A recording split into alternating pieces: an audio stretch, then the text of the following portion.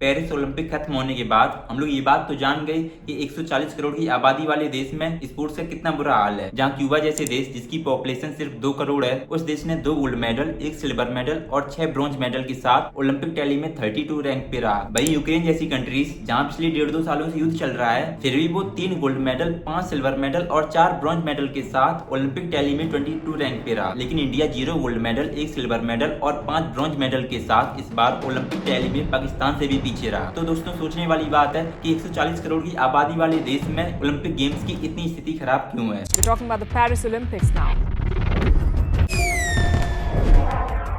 What an incredible event it's been here. The world's biggest sporting event, who are hoping to make history for themselves and their countries.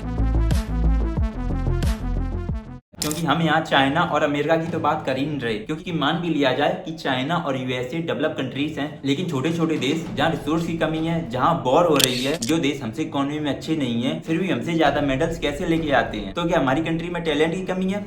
Obviously not, क्योंकि society का support न होने के बावजूद भी हमारी athlete का Olympic में पहुंचना और वहां पे परफॉर्म करना एक अचीवमेंट से कम नहीं है। क्योंकि जहां दूसरी कंट्रीज में अच्छी फैसिलिटीज होने की वजह से एथलीट अच्छा परफॉर्म कर पाते हैं, वहीं इंडिया में जब तक आप एक मेडल लेके ना आओ तब तक आपको कोई जानेगा भी नहीं। बट दोस्तों सोचने वाली बात है कि इतना बड़ा देश है हमारा, फिर भी इतना ज्यादा ओलंपिक डिजास्टर क्यों हो रहा है। वैसे तो इसके कई मल्टीपल रीजंस हैं, लेकिन मैं इस वीडियो में मेनली 3 रीजंस पे बात करूंगा। Number first, society acceptance. जहाँ कई देश के बच्चे जिनकी एवरेज एज 7 से 9 साल होती है, वो कई स्पोर्ट्स को छोटी एज से परस्यू करने लगते हैं और अपने कैरियर को खुद चुनते। लेकिन हमारे देश की बात की जाए तो अगर कोई बच्चा स्पोर्ट्स खेलता है तो वो होमवर्क से बचने के लिए खेल रहा होगा, ये सोच है पेरेंट्स की। क्योंकि पेरेंट्स और पड़ोसी अंकल के अकॉर्डिंग पढ़ोगे लिखोगे होगे नवाब और खेलोगे कूदोगे होगे खराब। That's problem in our society. जहाँ 10 में से 1 या फिर 2 बच्चों को अपने हिसाब से कैरियर परस्यू करने का ऑप्शन मिलता है। भाई 18 साल का लड़का या लड़की पिछले 5 सालों से कोई स्पोर्ट्स खेलता है और वो किसी पर्टिकुलर स्पोर्ट्स में अच्छा भी कर रहा हो, फिर भी पेरेंट्स का सपोर्ट उस बच्चे को नहीं मिल पाता।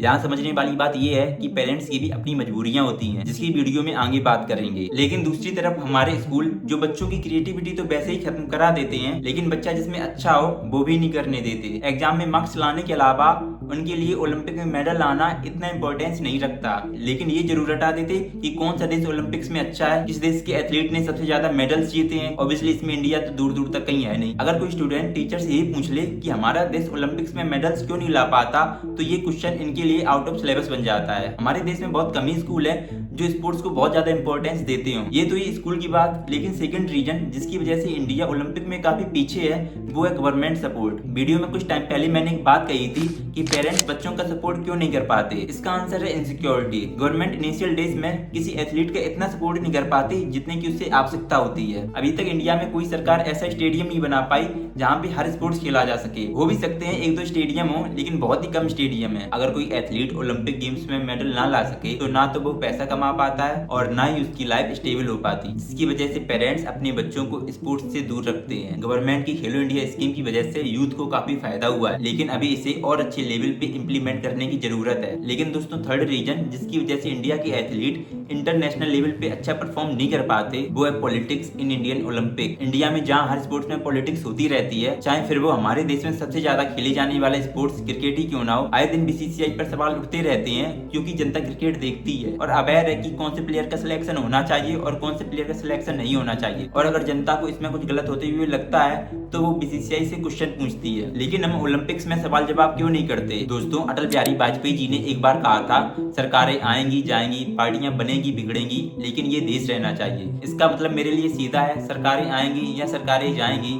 लेकिन जो एथलीट इंटरनेशनल लेवल पे देश को सम्मान दिलाते हैं, हम लोगों को उनको देश में सम्मान जरूर देना चाहिए। वीडियो देखने के लिए धन्यवाद।